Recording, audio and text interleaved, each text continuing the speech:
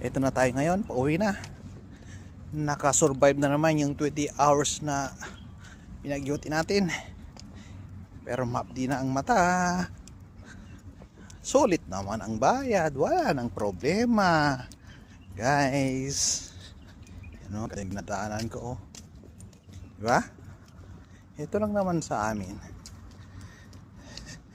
Hello guys, good afternoon. Paot na si Batang Saudi Vlog. Dito na ako ngayon, naglalakad papunta sa service. At yung isang patrol namin, kinuha yung ibang mga tropa. Yan. Hello, kumusta na kayo dyan? Eto, hindi halata na 20 hours ng tulog. Grabe naman. Hayahay, walang problema. At least kumakapal naman ang ating mukha.